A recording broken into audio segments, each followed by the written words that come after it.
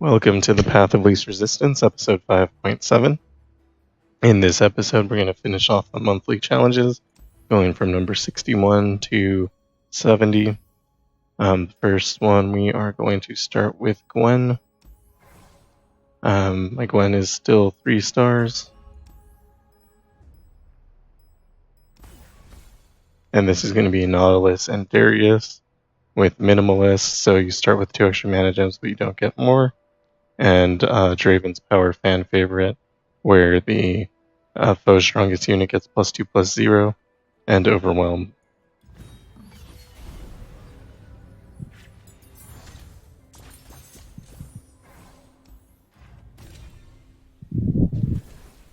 We are not super worried about anything in this set of 5.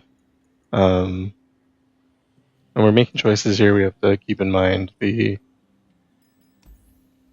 4 mana max, so we can't take Swain, for example. We'll take Soraka, not for any particular reason. And we're searching for cost reduction. Or maybe double attack, something nice. Gwen with +1 mana would be losing. We would never be able to play her. Every army needs a general.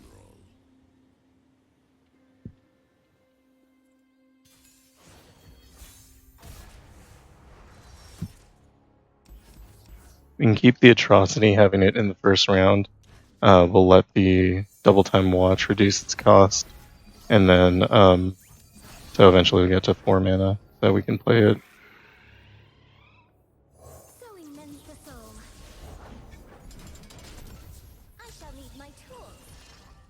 I really thought I took Gale Force off of Gwen. Looks like I did not do that.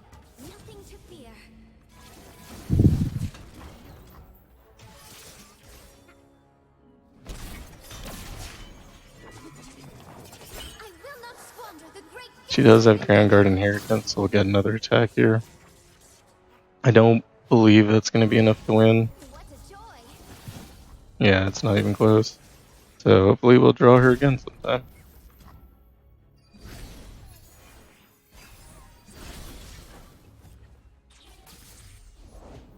Must not have hit save. Yeah.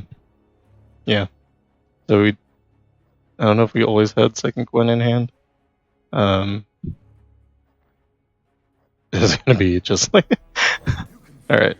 We're gonna play our cards. I'm a little worried about my mental state right now, given that I've made 2 mistakes already. And sometimes that means you just need to stop playing the game.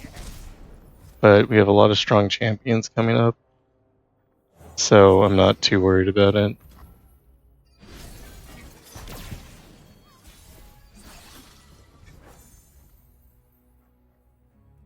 If only she could see me. I have my orders. Play Gwen here, attack with Scout, and then just attack again. Easy win. Even not knowing anything that I'm doing, easy win.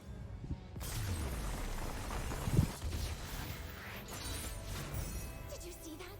I did that. Me.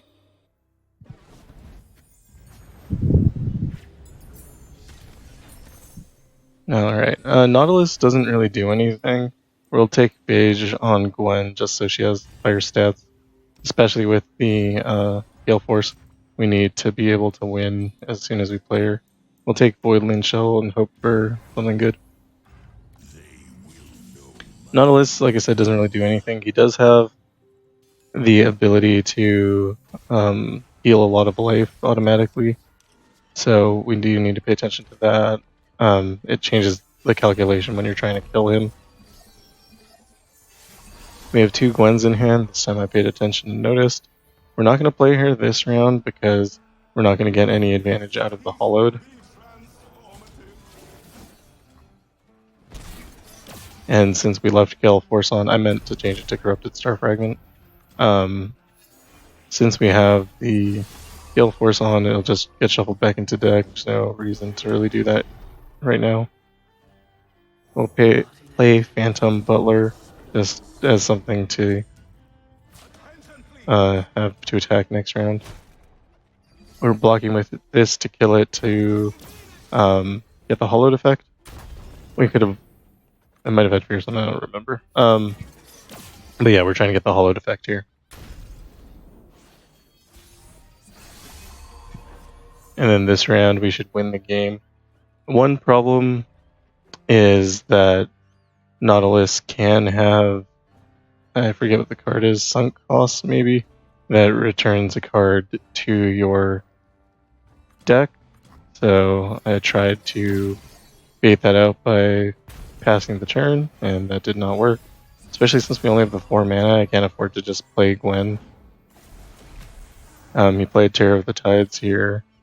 That's fine, I'm not really concerned about that. Use Chronicler of Ruin to kill this guy and kill our Phantom Butler and make a new copy of him.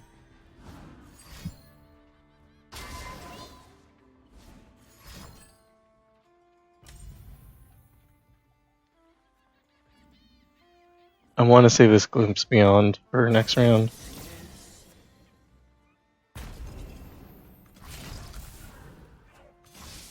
So unfortunately that means we either have to get rid of our Chronicler of Ruin or not block Terror of the Tides.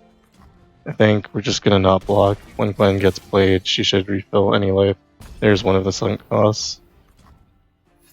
But he could still potentially have one in hand. I feel like he probably does. He only has 7 mana this turn though, because he played cards, so he isn't able to use it. Wonderful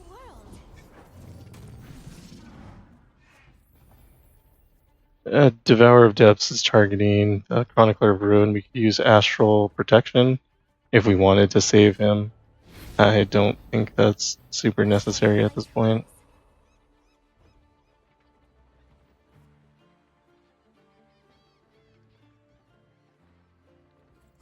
We're gonna attack. Man, I don't know how I want to do this. We need to attack with Gwen. Yeah, that's fine. We'll attack with Gwen, pulling the Terror of the Tides. This doesn't let us get the Scout attack, but we do have the level up rally from Crown Guard Inheritance. And that'll let us attack again with the Scout attack, and then, yeah, and then one more time if we need to, which we should not. As you can tell, my brain is not working super well right now. We also have 3 mana to play the Atrocity, that's why we kept it in the first round. Nothing to fear. But it's fine, we win. If I wasn't recording this, I would probably stop playing right here. Yeah, I'm just making bad decisions, bad choices. Did you see that? I did that. Me.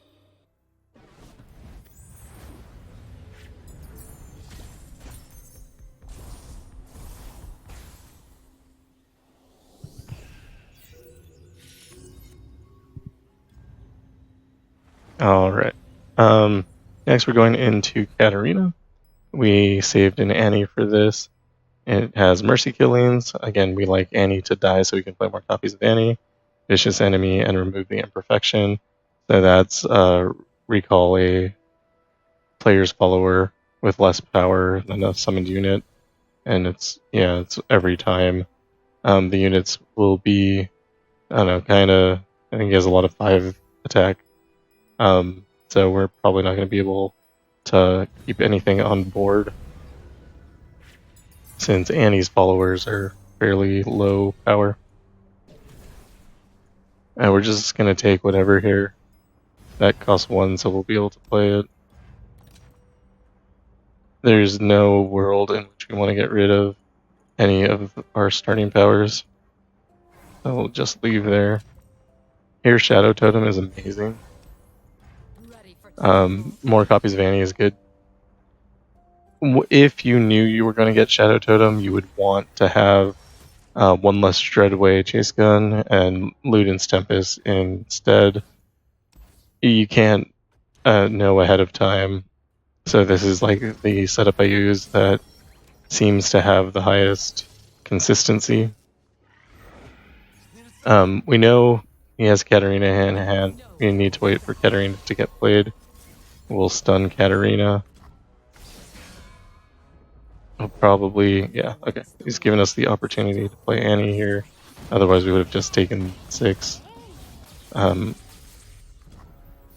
We only do 15 damage here versus the other rounds where we played Annie with Luden's Tempest, where we would have done 16 instead. But if we can get some cards out of our hand, then having the extra Shadow Totem Annie is going to pay off. I think I want to play Yordle Smith here.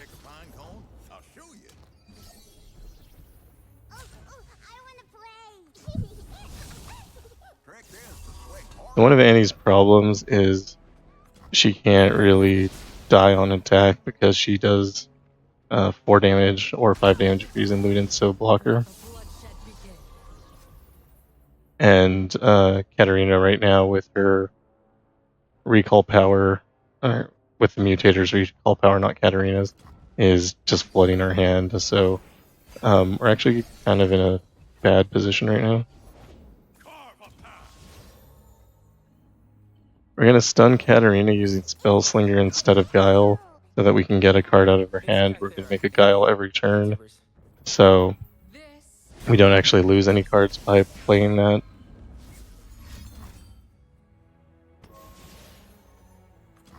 Okay, we don't quite lose here, but it's close. We're going to play Yordle Smith for blockers.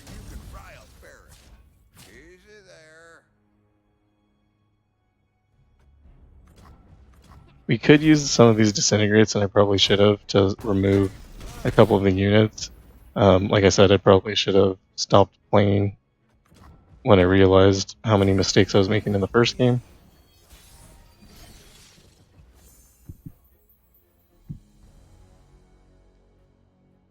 I kind of want to kill Katarina, but if he has another Katarina in hand, then it's just going to get bigger. The units will get bigger, so we probably need to remove those first.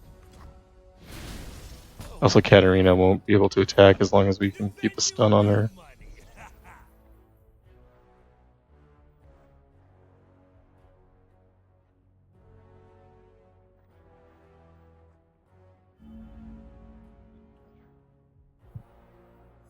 We'll play Yordle Smith, kind of in hopes that we can get rid of him.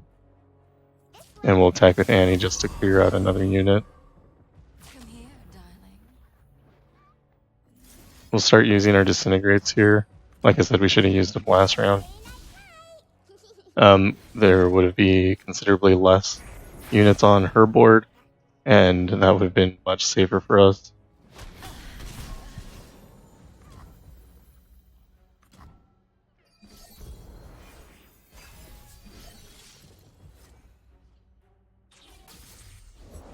Where's my axe?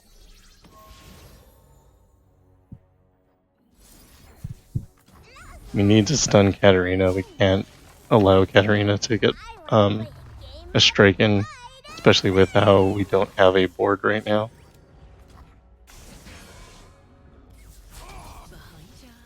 Annie dying is great for us. We'll use Disintegrate to kill the blocker.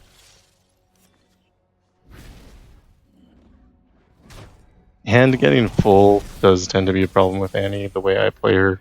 We do want to drop another Annie. The problem is our hand is very full. We'd only get 2 warning shots out. That's not really productive for what we're trying to accomplish here. We could play 2 of our prefix. We're going to get a good chance to get something done next turn.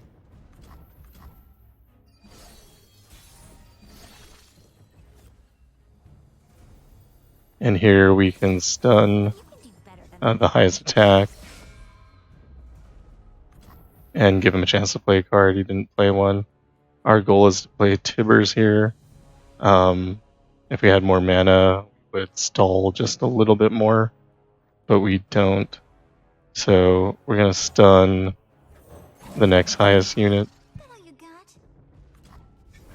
Again, we're preserving Katarina because if he has another Katarina in hand, that could be bad times for us. We'll play 2 Annies. We weren't able to clear our hand out very well,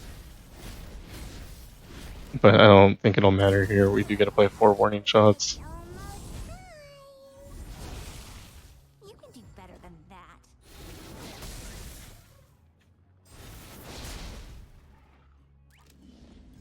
So yeah, that was, I mean, we use Annie for a reason. She'll usually beat Katarina, but we had to do a lot of decision making there because of poor choices. I don't know that I would have changed anything, but maybe not taking Shadow Totem when I knew that things were going to be recalled to my hand. That's probably would have been the best choice. We're going into Zed now, challenge 63. His mutators are dutiful service, so this is a positive for us. Demacia cards cost 1 less. We have Vicious Enemy, which they usually have, and Withstand, that's Galio's power. It's Draven and Zed. These aren't strong powers. I'm going to use Jhin on it. I considered using Morgana because the Demacia discount will let us play it a little bit faster, but I haven't played Morgana in a while, and so I'm not super confident that I would make correct decisions. Especially now, I think that's a good choice because I'm making bad decisions. We're going to take Haunted Relic. It's Callista, but really we want Haunted Relic. Having 3 blockers could help us a lot on early Zed turns. We're looking for cost reduction.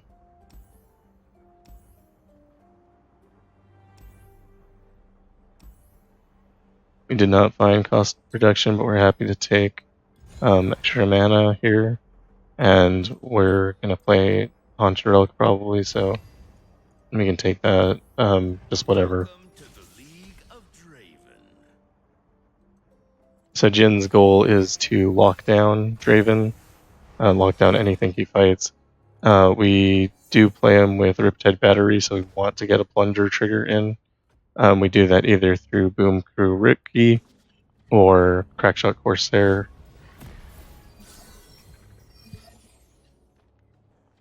Or Mystic Shot, should we draw one. Here, we're just going to take some damage. 10 damage is a little bit more than I want to take. So I'll play these spirits. We noted earlier that the point of them was to prevent an attack, and they're doing that here.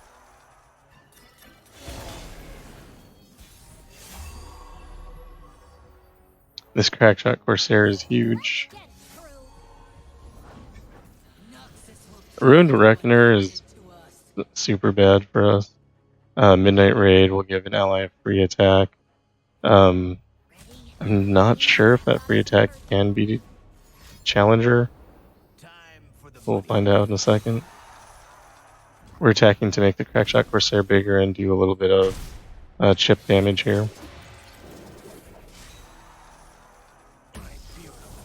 And we're probably going to follow it up with Boom Crew Rookie so that we have mana for next round. Yeah, discarded Midnight Raid, which is stupid, but AI. We do not have a way to trigger Plunder right now. We're going to be taking a lot of damage here. I don't really know what the best plan is. Thermogenic Beam does have Health Potion, so I might just use that and drop a Crackshot Corsair here.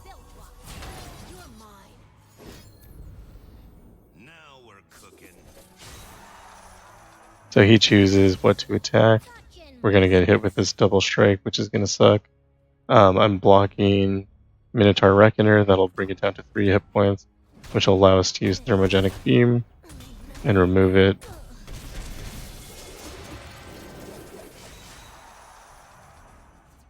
That could be a long-term weakness for us if we let it stay alive.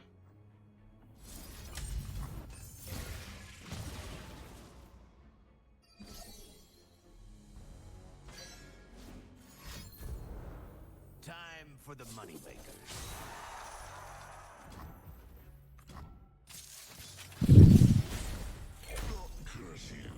Another option, if I believed in myself, would have been to play Manasol Student, so that we would have had a plunger trigger this turn, and that's probably what I should have done. I don't know, I'm making a lot of mistakes. We're gonna plop it down here. We have this captive audience in hand. Next round we're gonna play Jhin with Riptide Battery. I think it's gonna do enough to prevent us from dying.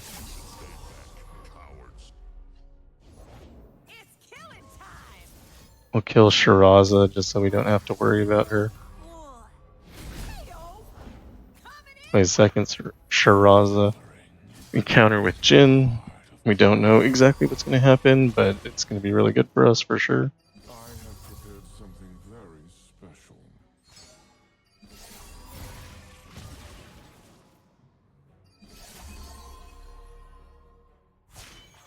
I hear it now, the thunderous applause.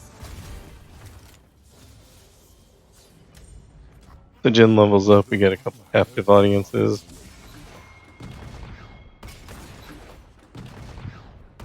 The cannon barrages kill Draven. They kill Shiraza. So now he does not have a good attack. We could play Callista here and then get some value out of these focusing crystals. I'm probably gonna kill this Minotaur Reckoner because I don't want to have anything stunned.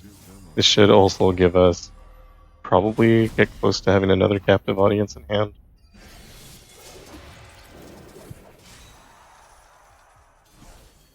It took us a little while to get set up, but now that we're set up, I'm not really worried about anything going forward.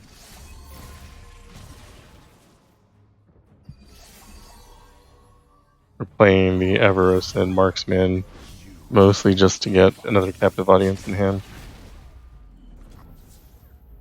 I'll play the second for the same reason.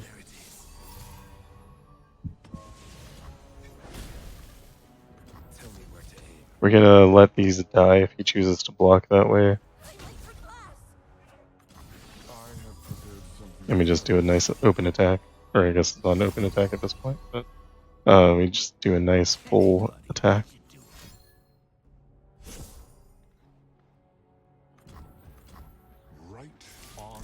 We didn't really lose that much Nexus health, but I feel like there were a lot of points that were kind of dangerous in that fight. You have been a marvelous audience.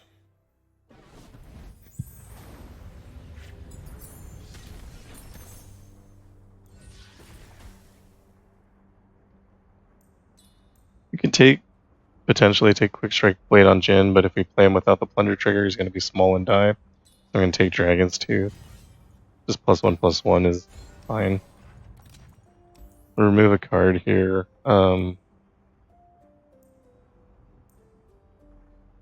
Black Spear, I think, maybe.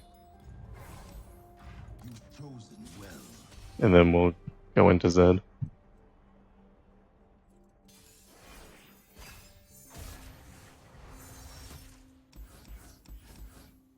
We're going to keep a Mystic Shot in hand. That's the actual easiest way to... maybe should have kept 2 to deal with whatever he plays on turn 1. It's the easiest way to trigger this Plunder. We knew he was going to start with Zed. We don't really have a counter for that. And Zed's going to level, going to hit us for a lot.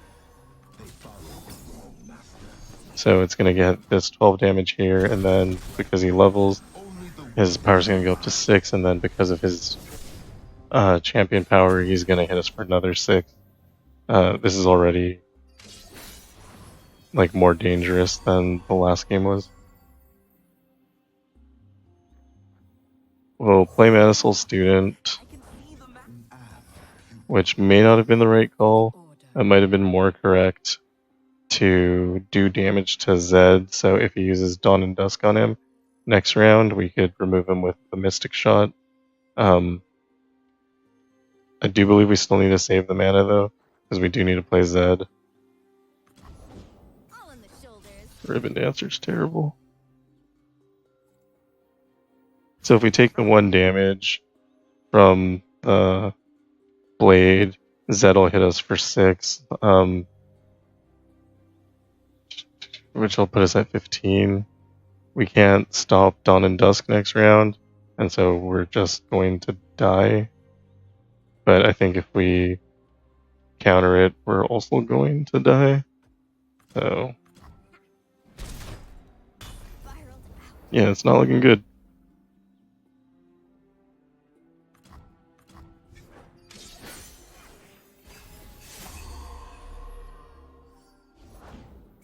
Okay, Fortune favors us. He did not play Dawn and Dusk. I think if he attacks, he'll probably die anyway, but we'll see. Showtime. Your aura is so blue. Yeah, we're sacrificing this just to prevent Nexus damage. We need to remove basically his whole board right now. If we fail to do that, we lose the game. The most important thing is to get rid of Zed. We got lucky with 2 cannon barrages on Zed. The fortunate thing is we got 2 captive audiences in hand, and we're actually not worried about anything if we survive this turn.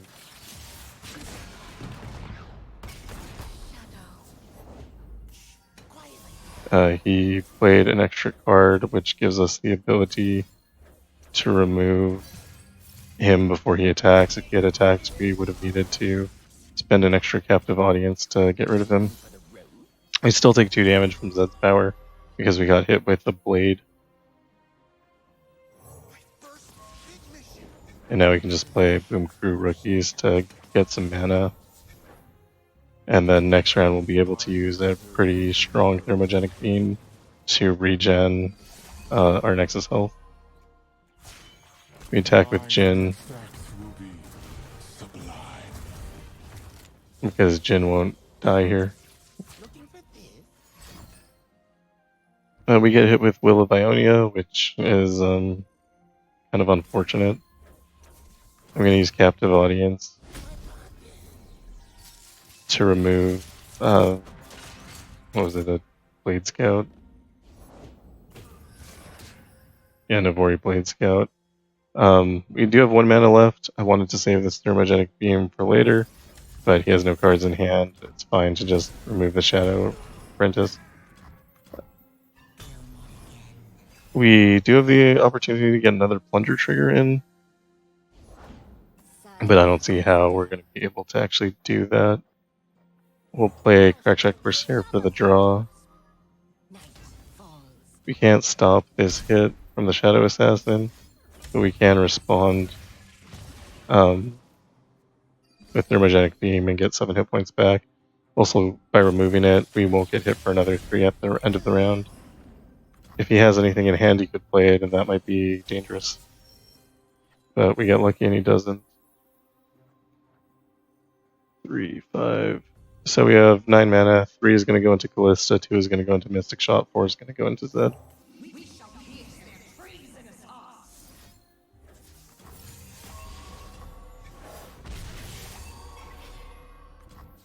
He hasn't played any cards, so I assume at least 1 is Dawn and Dusk. There might be another Will of Ionia in there. I'm not sure what else he might have. I think he has Shadow Shift, but I don't know if he just has it as Zed's champion spell. It's kind of weird that he hasn't played any cards, though. I assume there's spells that target something that he can't use. Could be something like Twin Discipline.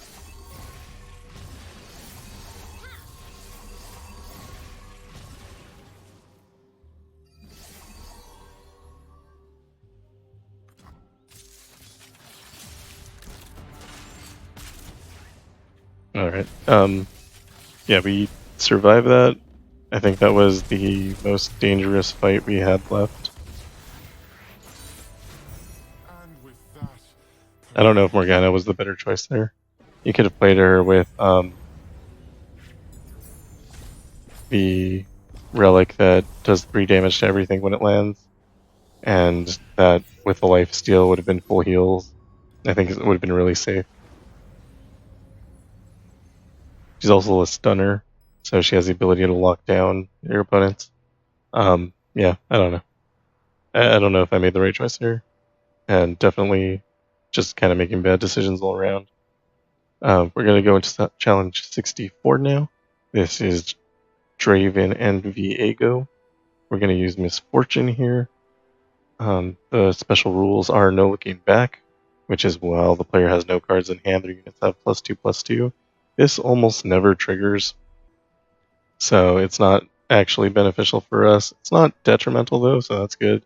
We have Vicious Enemy, which is just +10 Nexus health and mana, extra mana and cards in the hand, and Gathering Storm, which is Yasuo's power whenever the foe's units attack.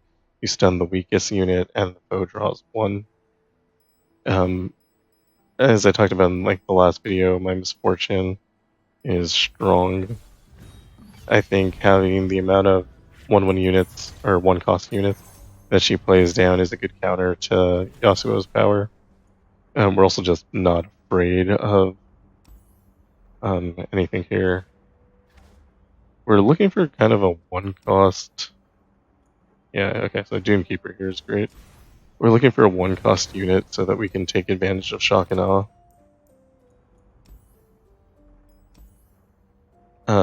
Bleeding Crackshot Corsair I'm going to take, so we can play an infinite number of them.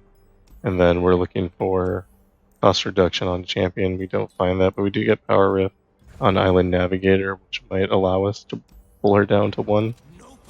I think it'll definitely allow that. And making 1-cost units is good.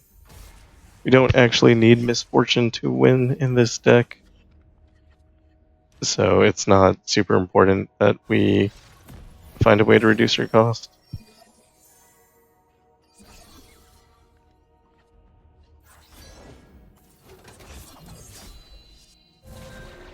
I play Dunekeeper for the ephemeral. I just used to playing against Azure because I thought that was going to get a free attack. It does not.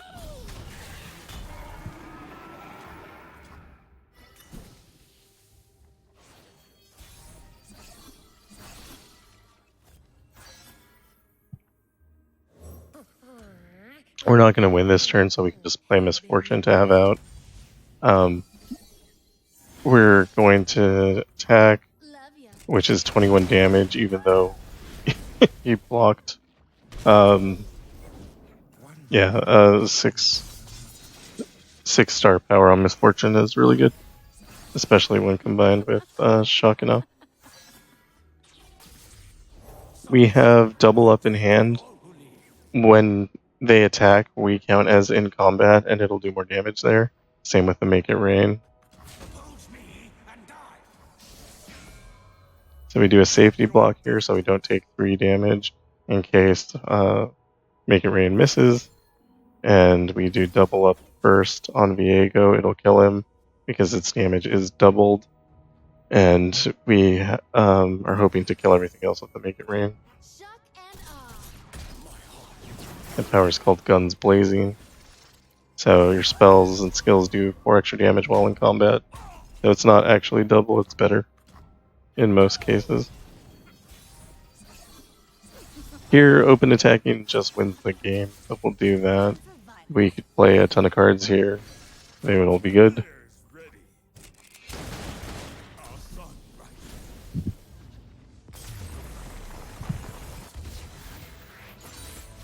And we're back to not having to think, which is amazing for us.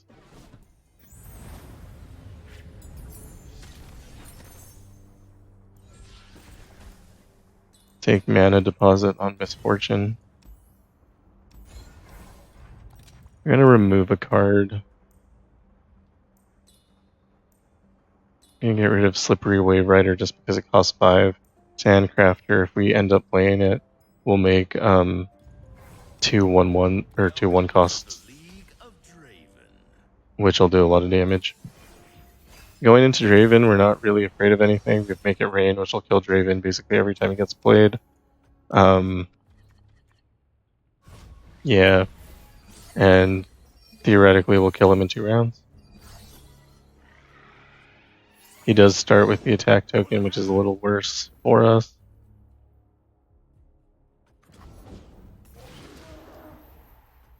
And we're going to do the same thing we did last time. We're going to wait for them to get in combat and then use Make It Rain.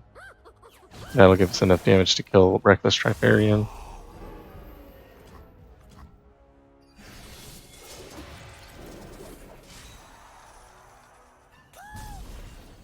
Most likely going to drop Azure here.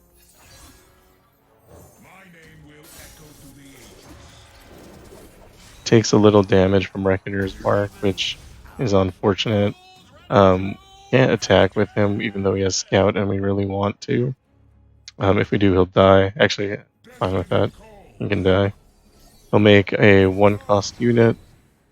This doesn't count as for the Shock and Awe power, which I forgot, or I wouldn't have attacked. But we do have second Azure in hand, so we can just replay him.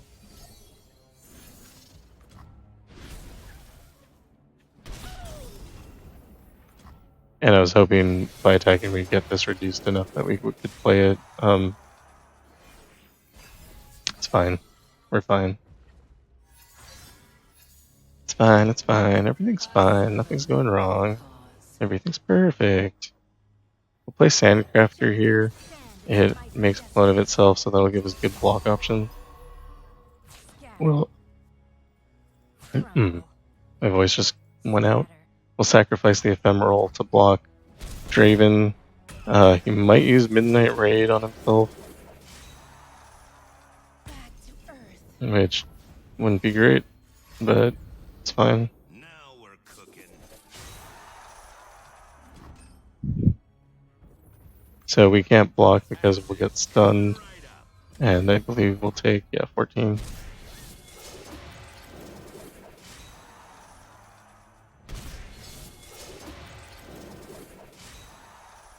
Now this looks bad, and it is, because it didn't draw our champion. As I've said in other videos, you want to draw your champion. Also, I made some mistakes. Can't blame everything on losing your champion. Or not having one in the first place.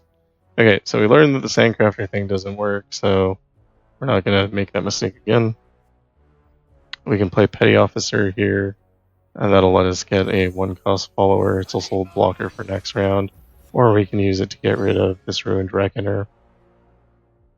We'll just play cards. Nothing like the stink of blood and sweat. Time for the moneymaker. This is like 25 damage if they, even if everything gets blocked. And then we can do 9 damage. 25 plus 9 sounds like more than 33. Yeah, so this is fine. We'll pull the Reckless Trifarian, or the Trifarian Glory Seeker, so that we don't take 6 overwhelm damage next round. We finally do draw Misfortune. Oh, they weren't all 5. Or 1 cost. That was a mistake. Oh. We might lose.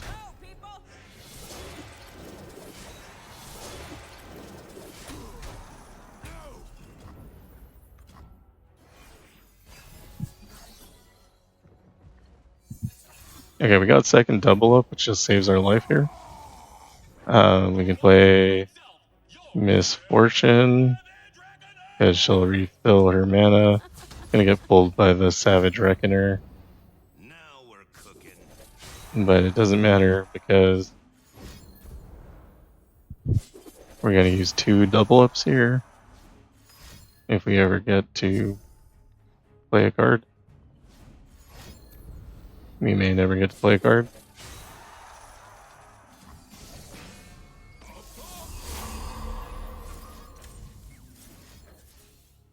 And that's enough to win.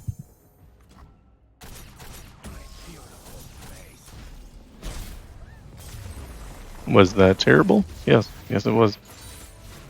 That's why I'm the captain.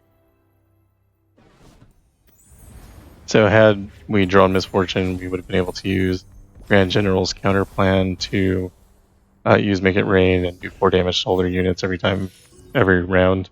and that would have been considerably safer than what actually ended up happening.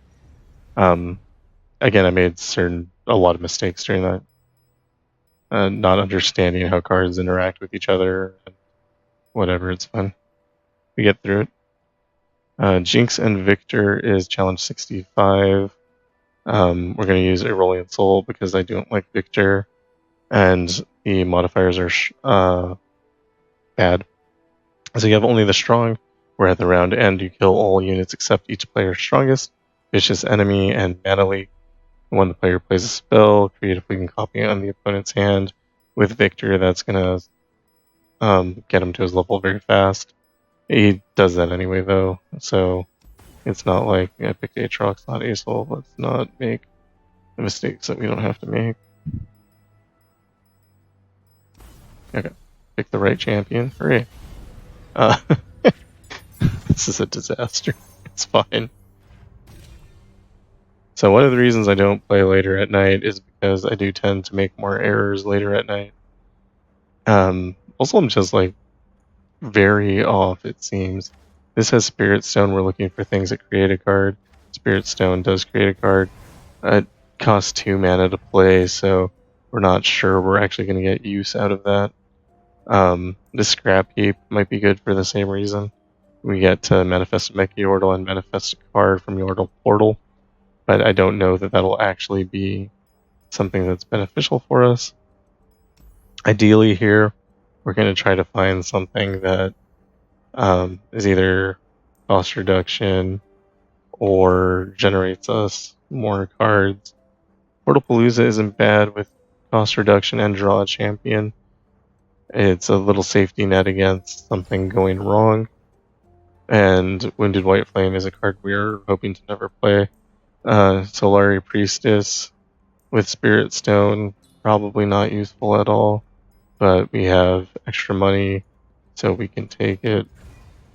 We don't need to think too hard, actually, because we're playing Aurelion Soul. But with how I've been playing in this last set, it's probably better if I do think about all my choices.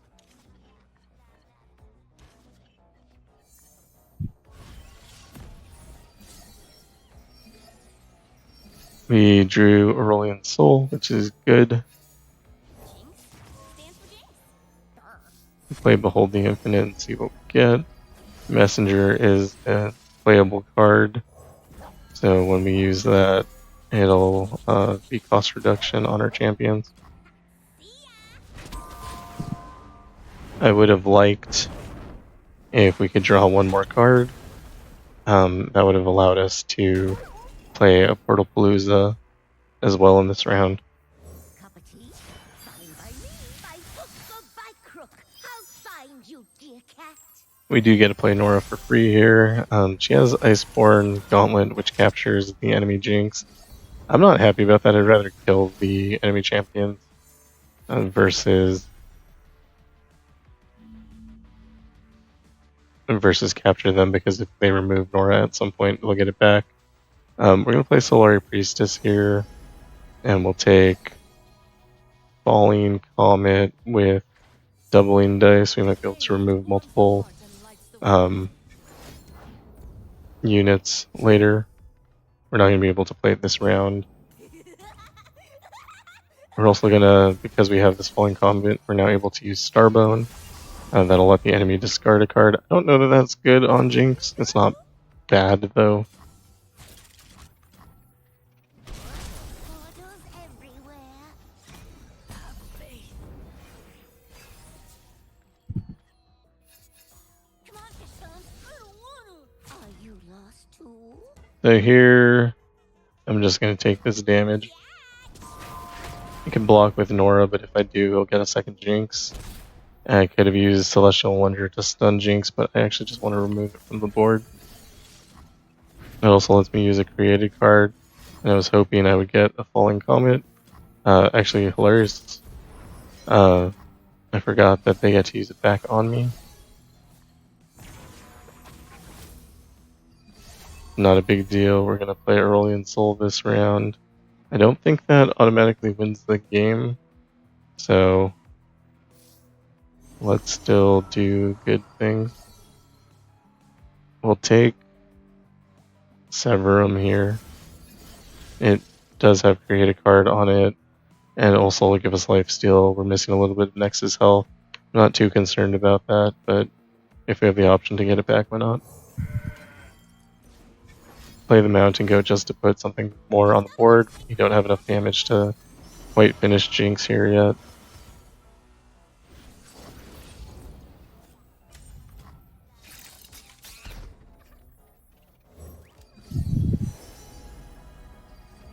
Drop a soul, and we could take Supernova, which would be fine, but I think the Great Beyond gives us the best chance of ending the game right now. Ornn was a consideration.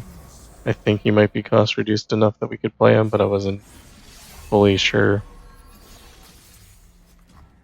And he wasn't significantly more damaged than the Great Beyond.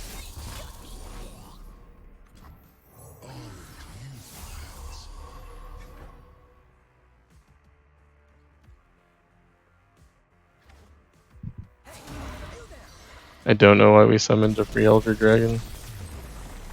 I'm not going to think about it too much. That happens sometimes. Victory today, freedom tomorrow. I assume it's some invoke power. So we'll take power for cost reduction on Aesol.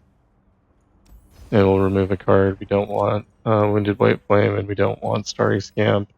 I think Starry Scamp is slightly better than Wounded White Flame because you can play it for free. We don't want either, though.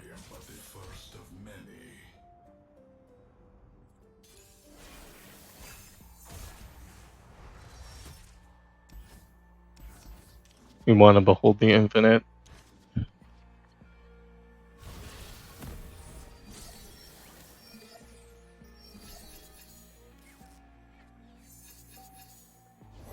We didn't get one, so we'll drop the Solari Priestess to get the Invoke trigger.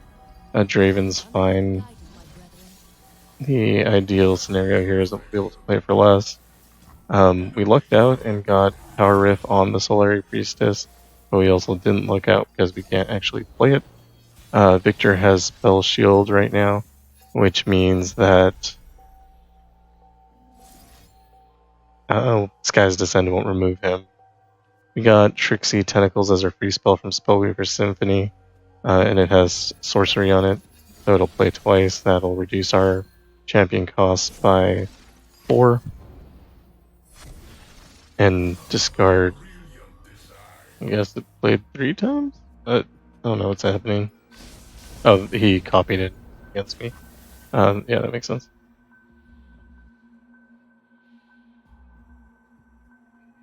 The Solari Priestess, we could play twice here, but we'll do it later instead. We did manage to get rid of our Draven, which is super unfortunate. I think his also copied. But we do have the ability to play 2 of these junk constructions to get a further cost reduction here. We're just going to attack.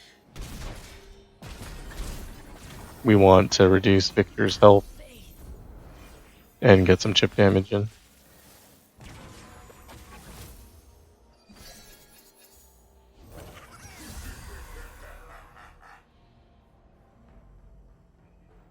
If I play the Behold the Infinite, he'll get a Behold the Infinite. Gonna end up bad for me probably, but if I don't do that, it's still probably gonna end up bad for me. So we're gonna play this at some point. We'll start with the Solari Priestess though for the invoke. A Meteor Shower is good here, especially with Power Riff on it. We'll be able to remove Spell Shield.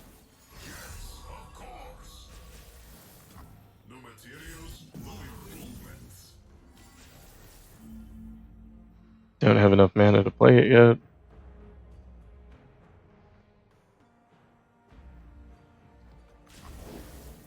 Okay, he is low on mana now, so if I Behold the Infinite, it will probably be fine. I'll take LeBlanc for free. Play LeBlanc. Not sure what he hopes to accomplish with this attack.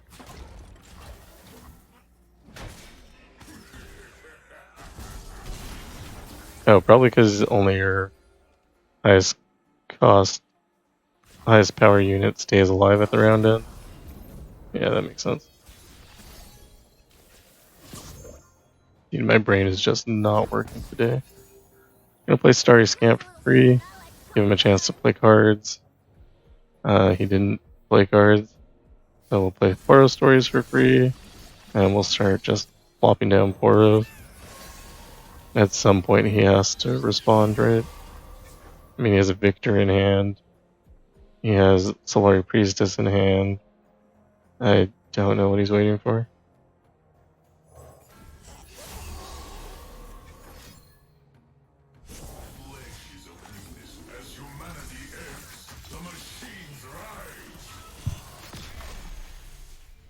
Yeah, eventually he drops his Viktor. We now get to use the Meteor Shower that we picked up to remove Spell Shield. Let's us drop our Aurelion Soul. We take the Scourge. That guarantees a win. He has 1 mana. There's, I think, nothing he could do at 1 mana that would be threatening. This is your comeuppance, Targon!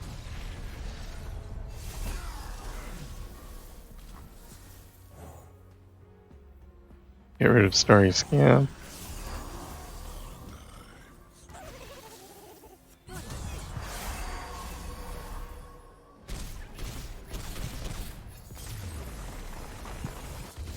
So that was a little grindier than it should have been, but it was fine. We were never in any danger.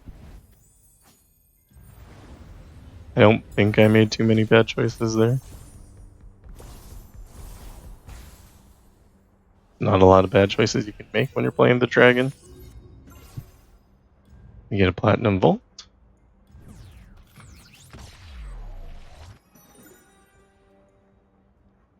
And we get 40 fragments for Jace. Jace is really fun to play.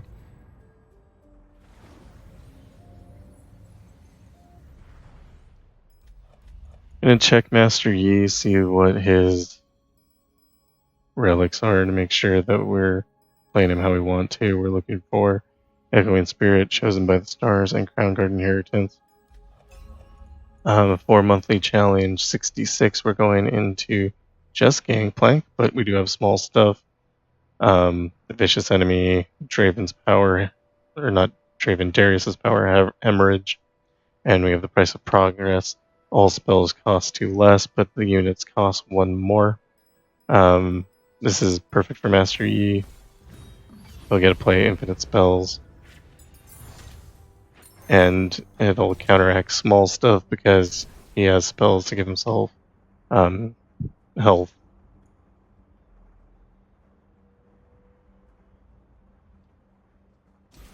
I'm going to take Aatrox's kit here.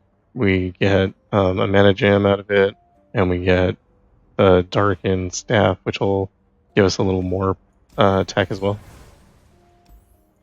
And here we're going to look for cost reduction on Master Yi. He will cost 1 more due to... We'll take Elusive. I'll take Shadow Tattoo. Yeah, that's fine.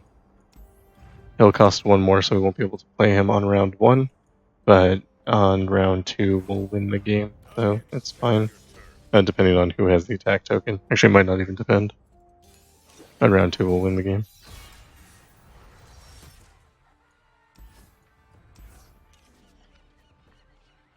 We're looking to get extra copies of Master Yi in hand. There is a chance that you could, like, draw 2 Aatroxes from his, I think, Wuju style, and then you don't have an infinite combo going in. I don't do meditation. We're not going to attack with him because we don't want him to be recalled. We're going to use him as a blocker if we need to do so.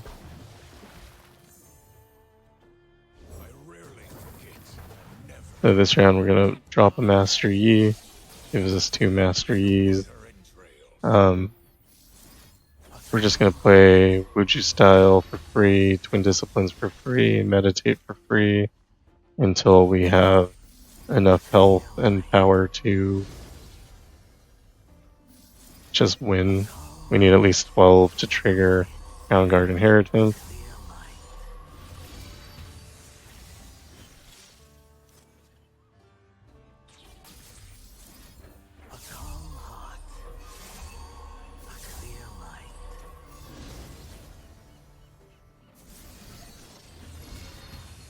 And now we're just gonna watch this animation for a long time.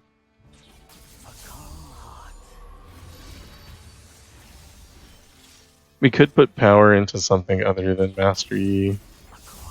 We could also use Meditate to keep like this Disciple alive. We don't want to block with the Ephemeral. He might die anyway to his own level up power.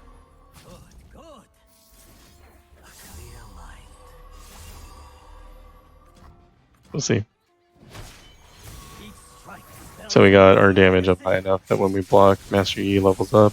We get the rally from Crown Guard Inheritance. He is at 31 power, which isn't quite enough to live. I'm not sure why I didn't make that guy like 1 point bigger. So if we do this, yeah, there's no reason to do anything to the Ephemeral copy here. And we're just gonna get this guy up to 50.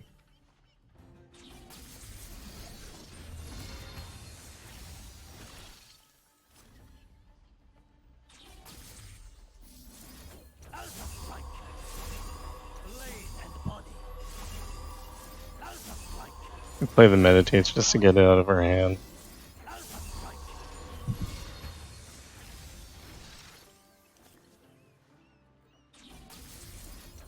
And now that we're over 50 attack, we can just attack, and we win.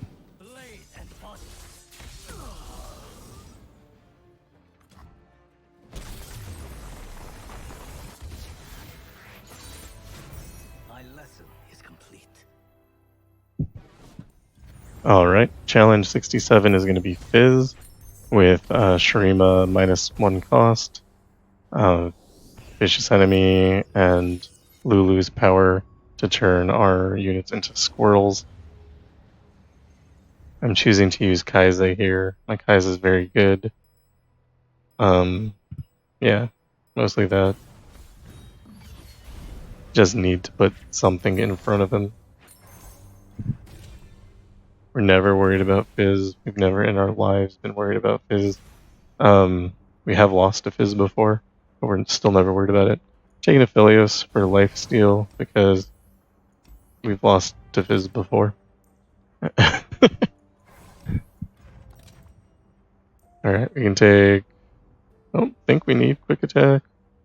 Try to find cost reduction. -1 cost. Not quite as much as we want, but we'll take it. Let's go paddling. We do have packed powder, so if we have 2 mana, we can... and we manage to hit, we'll be able to play Kai'Sa.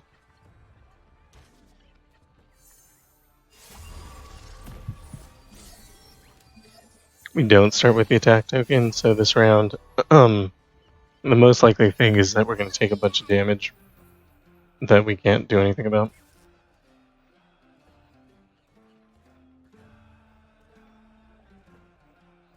I'm torn between Void Blaster and Voidling. I might... Actually, I can just play Kai'Sa, so we'll do that. All hands on deck!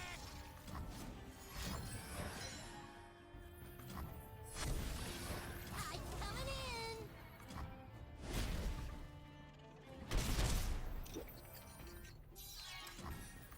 He decided to only do 6 damage, he could have done much more.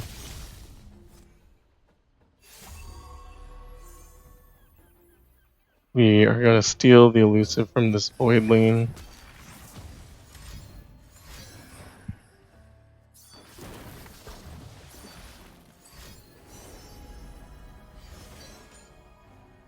Ooh, shiny. Okay, Fizz is going to play 100 cards, none of which have any meaning to us. We actually picked up Spell Shield, and we'd rather take that over Elusive. But I can help save. I know what they are. I know how to destroy them. Probably should have attacked first to take advantage of Crown Guard Inheritance. We're fine just letting our Mountain Goats die. Yeah, I don't care. They probably won't. I'm coming for you. You picked the losing side.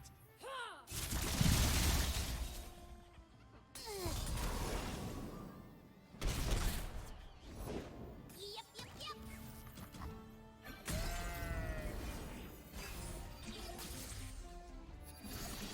So we can drop Aphelios next round. I don't know how much damage Fizz is going to be able to do here. I don't think it's going to be a lot. We cleared out most of his board last round.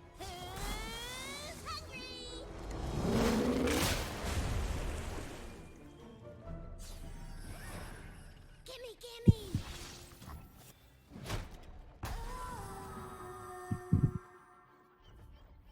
We're playing Void Blaster so that we can get the Nightfall trigger on Aphelios.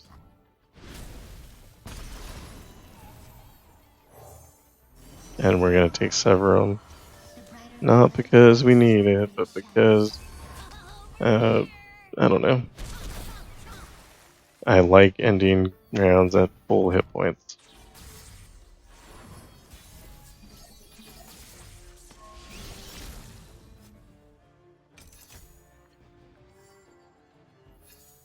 We're going to use Severum on something other than Kai'Sa. It doesn't matter what we pick there because we're going to win this round. That way when we use Second Skin, we get the Severum ability permanently. I think if we just attack at this point we win. We'll give Overwhelm to Aphelios just to get a little extra damage and take the Libram. Again, I don't think it should matter. We have 17 damage from Kai'Sa plus whatever her level of power does. We have 9 damage from the Void Blaster, and now we have 8 damage from Aphelios.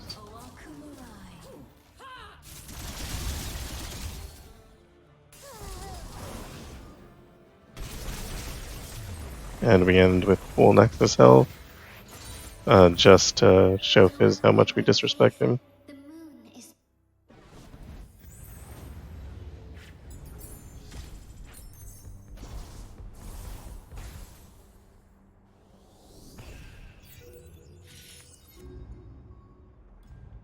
So next we're going into Jinx. Jinx isn't typically very strong. We're using Garen here. Garen is strong. Tom Kench would probably be fine too if we had one available. I don't think we do. Yeah, we've used all our Tom Kenches. That might have been a better option actually. But Garen should be fine. He has regeneration, so we're not worried about any of the pings. We do get the Bandle tree in this one, along with Vicious Enemy and Chorus of Power. So Jinx is going to have a lot of mana gems, but she runs herself out of cards very quickly.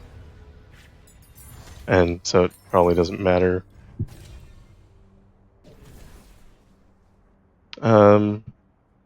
We could take Jaro for the mana here. He's gonna die, but if we get one round off of it, that'll be good enough.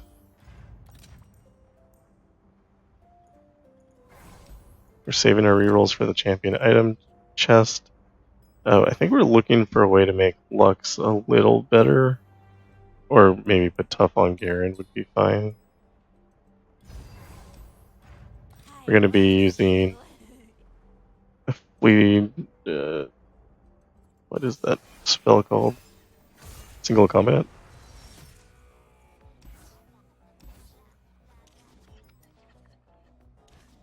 Let's look it up. Yeah, we're going to be using single combat a lot. So having Garen just a little bit tougher is good. Battle Tree is gonna fill up our inventory really badly, which is, not something we're looking forward to. We need to make sure that it doesn't ruin us. If, yeah.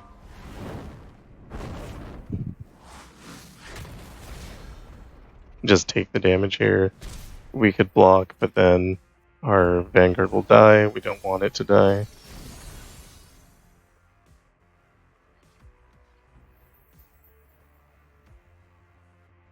If we play this, we'll get 2 copies of Blade of Demacia on the board, which sounds pretty good.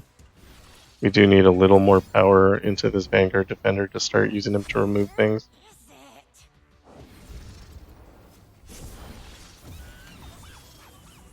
He has tough, so we're not worried about him dying to the free death rocket. So we'll use this single combat to remove Jinx. The only thing we're worried about is get excited, because that can do 3 damage, but with tough it'll only do 2 anyway.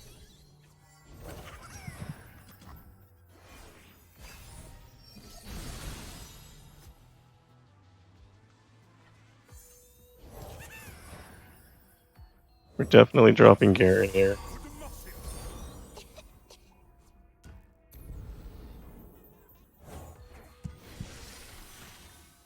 We're going to make him bigger with these Light of Demacias. And we're going to take a bit of damage from the elusives. Oh, he didn't attack the elusives. Probably because of sharp sight here.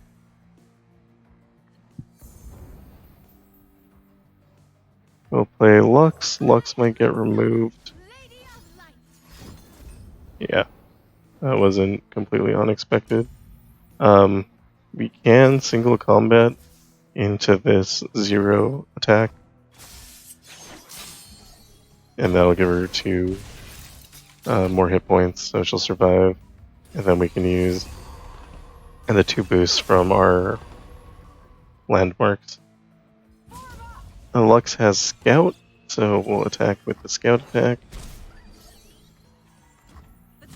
And then we attack with everything.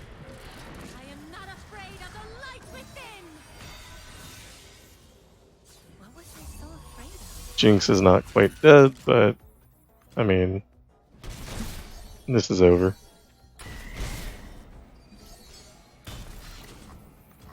So now we just wait to get the attack token back. I stand ready. Which we could have done if we had kept Lux alive. That might have been the better play, but I don't know. Doesn't matter either way.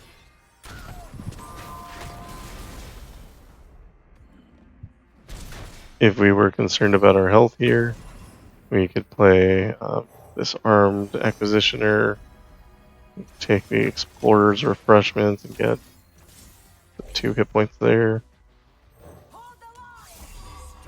We could try to kill him off too, and then play Remembrance and hope that we get Radiant Angel. Burn away the shadows.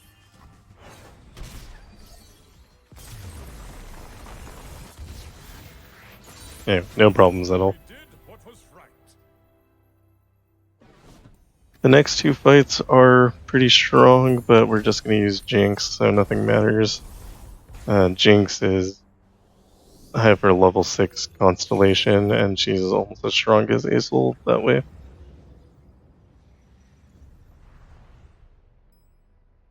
So challenge 69 is Viktor and Caitlyn. I hate Viktor, as you know.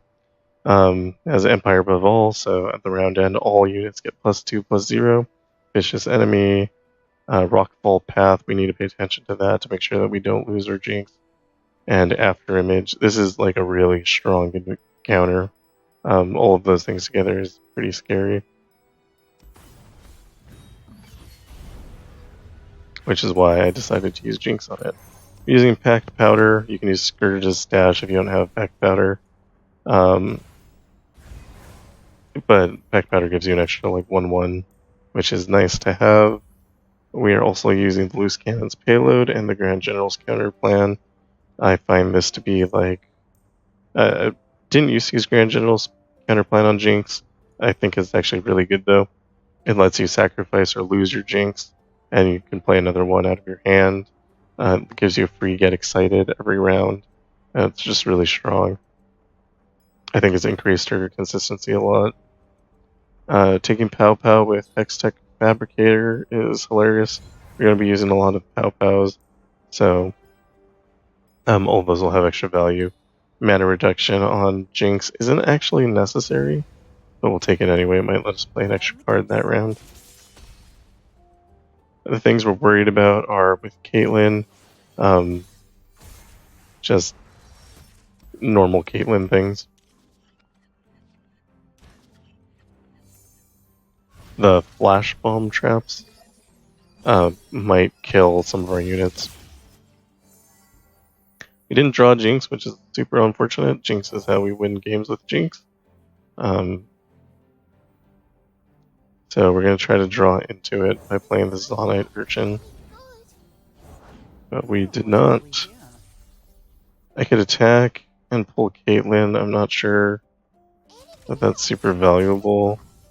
It also gives Caitlyn a strike, which adds flash bomb traps into our deck. But it does mean that if she doesn't play anything immediately, we can discard and kill her with the Jinx's power. We are drawing extra cards from Veteran Investigator and still not drawing our champion. Amateur Aeronaut, I think, is the worst card in Jinx's deck. So it worked out how we wanted to, and we killed Jinx there. Or not Jinx, Caitlyn. Yeah, so I don't like that card. We're gonna see what this attack is. Okay. So we can block the damage. We don't have Jinx. And until we get Jinx, we're a little worried about how we're going to win the game. Like I said, the modifiers that this adventure have is actually very strong. We didn't play a creature because of Rockfall Path is going to go off. Practice, as they say, makes And we've just removed it anyway.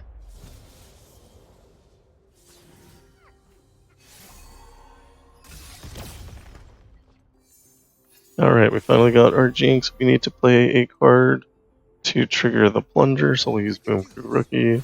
Also just does a lot of damage here. Suspicious activity detected just outside the station. Stay on 'em. Back up some Anything we don't play is going to be gone forever to the discard. So we'll play a Bomber Twin. That gives us a little bit extra mana next turn. It also creates a landmark in hand. We're not planning on playing the landmark, but we can use it to discard for 1 extra damage.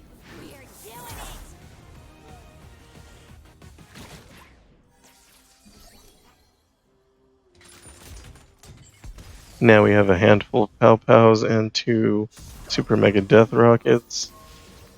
We're going to play those rockets.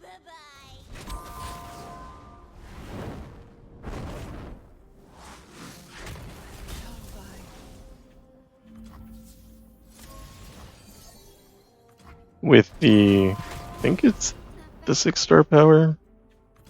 Yeah, get Jinx. Your spells and skills deal double damage. Those rockets are actually a lot better at clearing your opponents than they are with the 3-star power. Not that it matters that much, but they are better.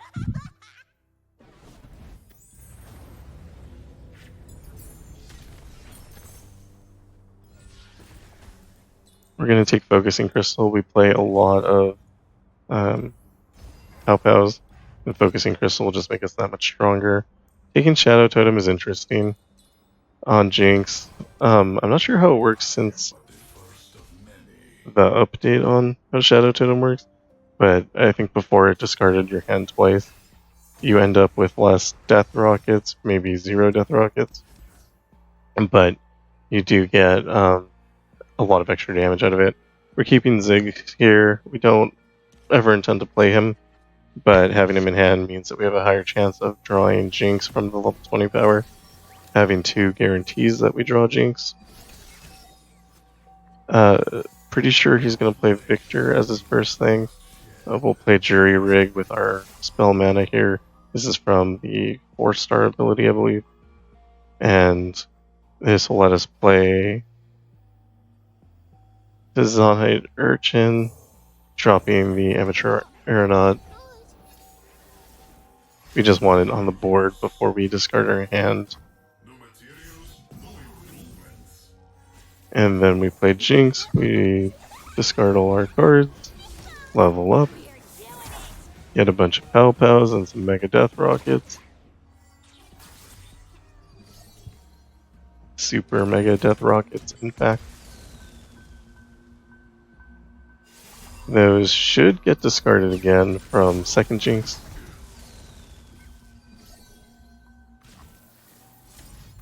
And we get to play one. If you don't have the level 4 ability and you don't have that mana, your life is slightly worse, but not significantly.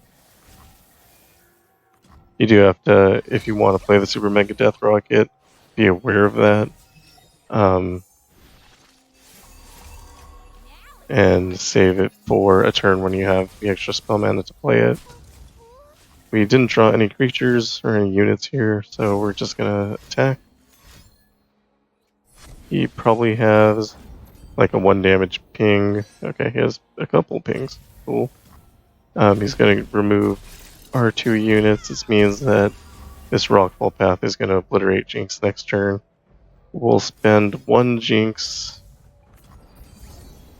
Our Grand General's counterplan Jinx and a Pow Pow to deal damage to the Nexus. We do have 2 more Jinxes, so we'll play those next round.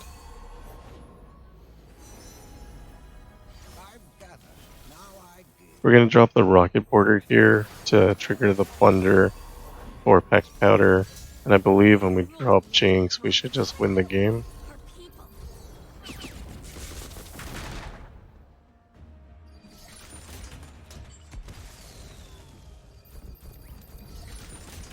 Yeah, perfect.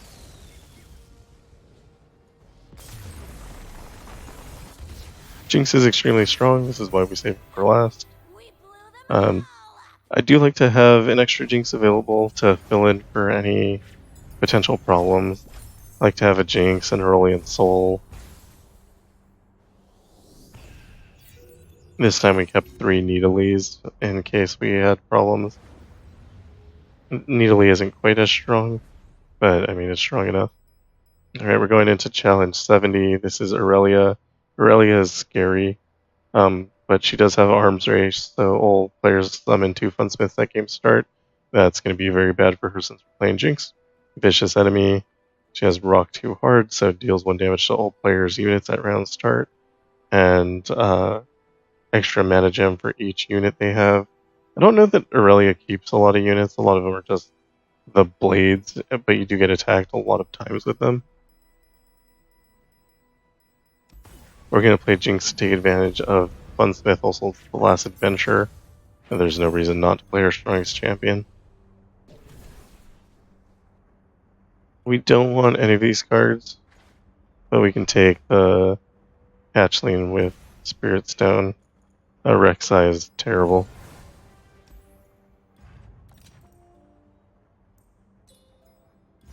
Put Challenger on Jinx for no specific reason. We don't need this. Focusing Crystal is good. Deathless is okay. I'm not actually sure what I want on Jinx. Not sure anything matters. Let's take Shadow Totem again. They're offering it. Fight for the first lands. And this is going to play out exactly like the last adventure played out. We could have mulliganed Jury Rig there because we draw it anyway.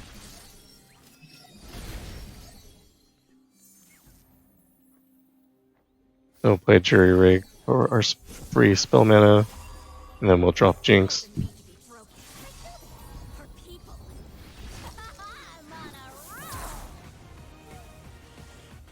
We're going to watch a lot of animations now.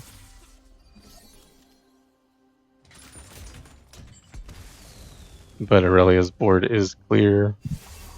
should they decide to drop Aurelia, we can hit it with a pow pow. Forget but to remember.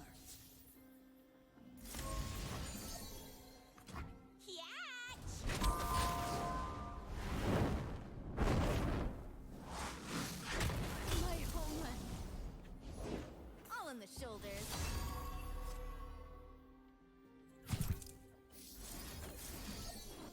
I could spend an extra pow pow to kill this blade, or I could just take 2 damage. Built with extra bite.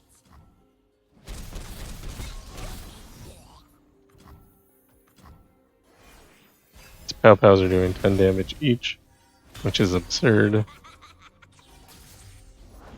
From shores to hills, we know every acre.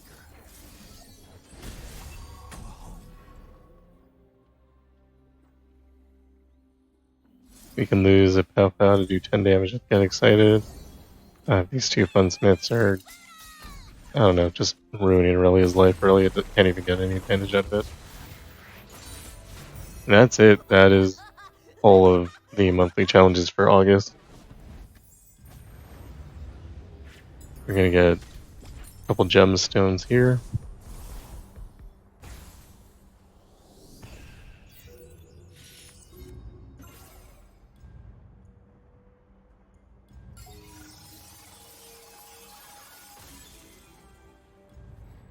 Gemstones are stupid. You don't get enough of them. The cost is too much on the constellations. Let's check the leaderboard and see how we did. We are rank 102 this month. It's not bad. I was busy today, otherwise I'd be under 100. My best ever was 18. I'm old. I'm tired. There's no way I'm gonna stay up and like be number 1. I think I had insomnia that night though. So that's it. Thanks for watching the monthly challenge, and I will see you next time.